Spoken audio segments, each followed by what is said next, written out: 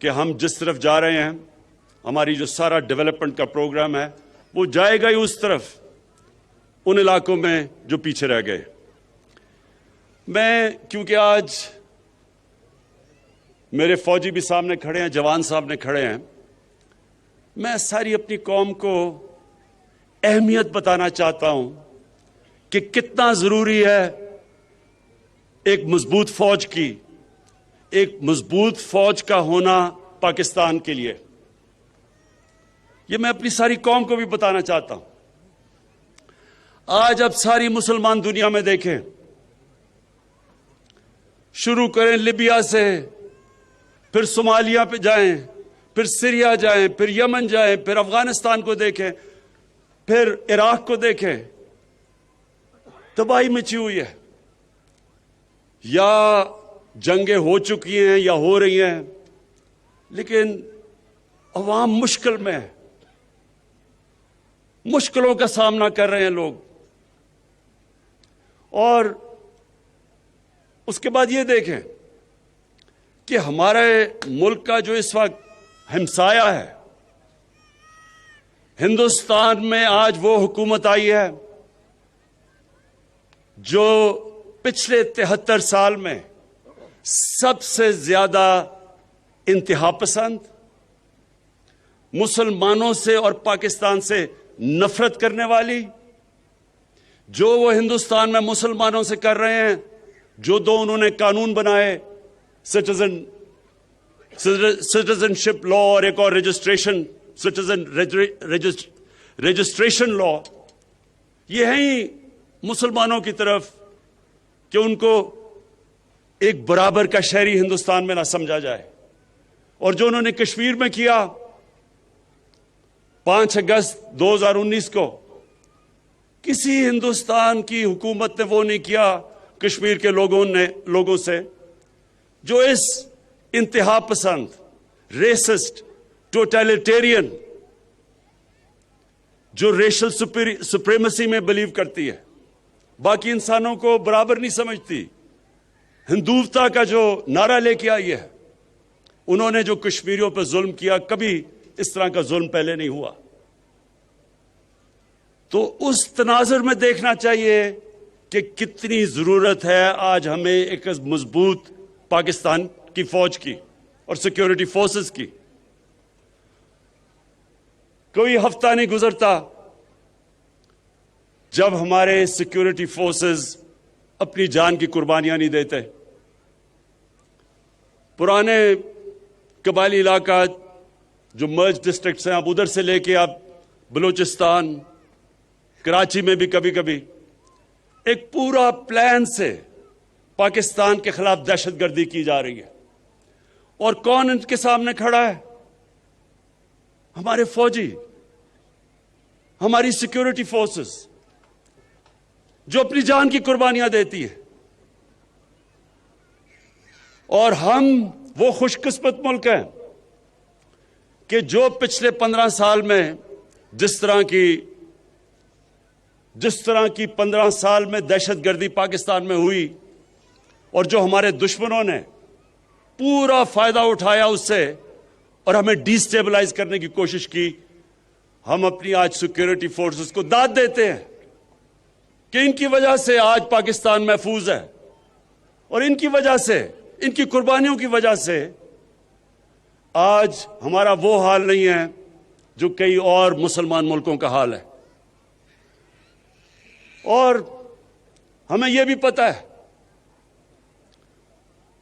کہ یہ جو نریندر مودی کی حکومت ہے، یہ ہر قسم کا اندر انتشار صرف دہشت گردی کے ذریعے نہیں، جو ان کا کلبھوشن یادو نے جو بتایا کہ کیسے بلوچستان میں اور کراچی میں اس کی مشن تھی دہشت گردی کرنے کی، یہ اندر اور انتشار پھیلا رہے ہیں۔ شیعہ سنی کی لڑائی، پلان کیا ہوا تھا کہ شیعہ اور سنی کے عالموں کو قتل کروائیں تاکہ انتشار پھیلے۔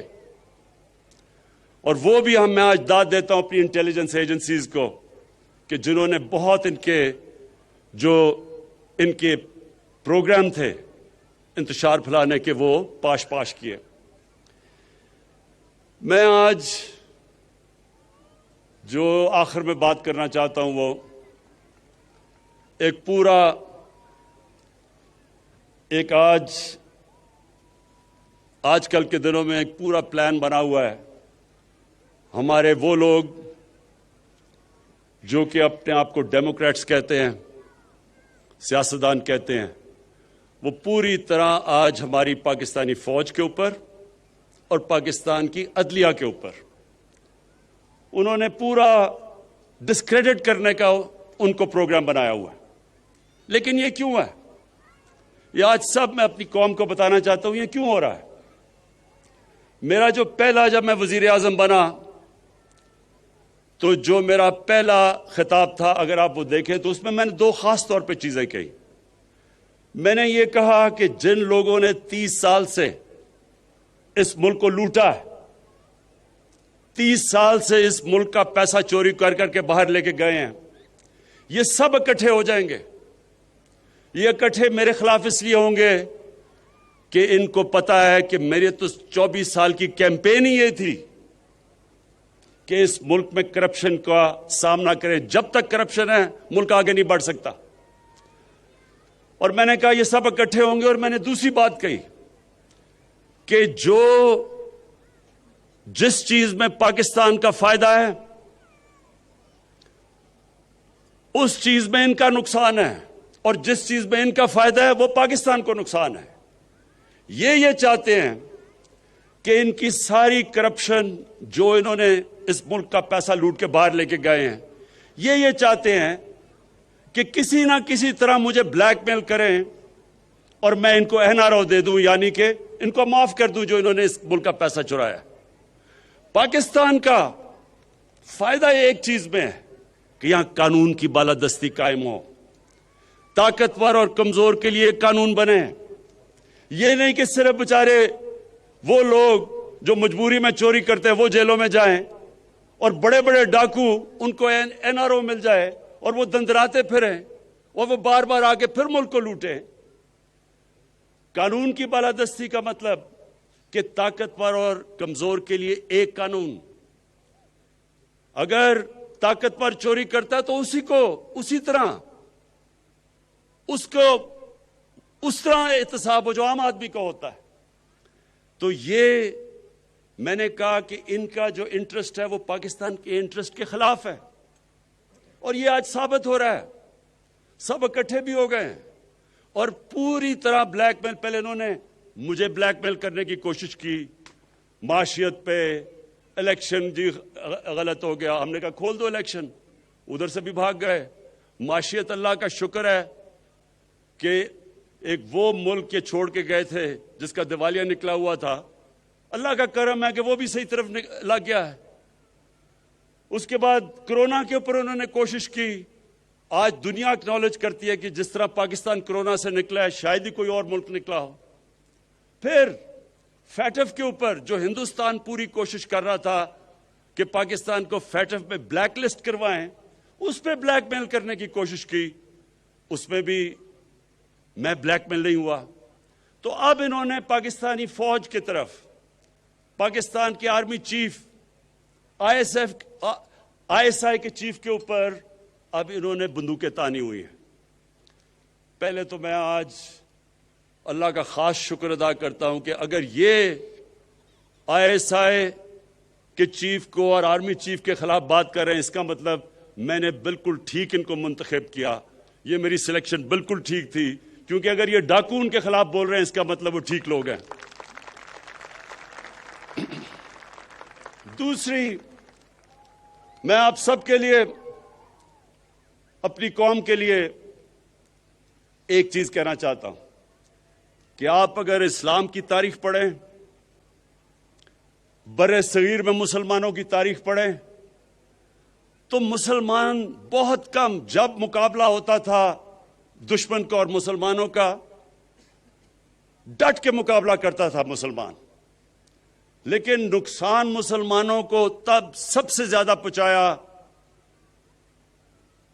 مسلمانوں کے میر جعفر اور میر صادق نے. یہ وہ غدار تھے جو اندر سے سازش کر کے مسلمانوں کو انہوں نے ان قوموں کو غلام بنا دیا صرف ذاتی فائدوں کے لیے.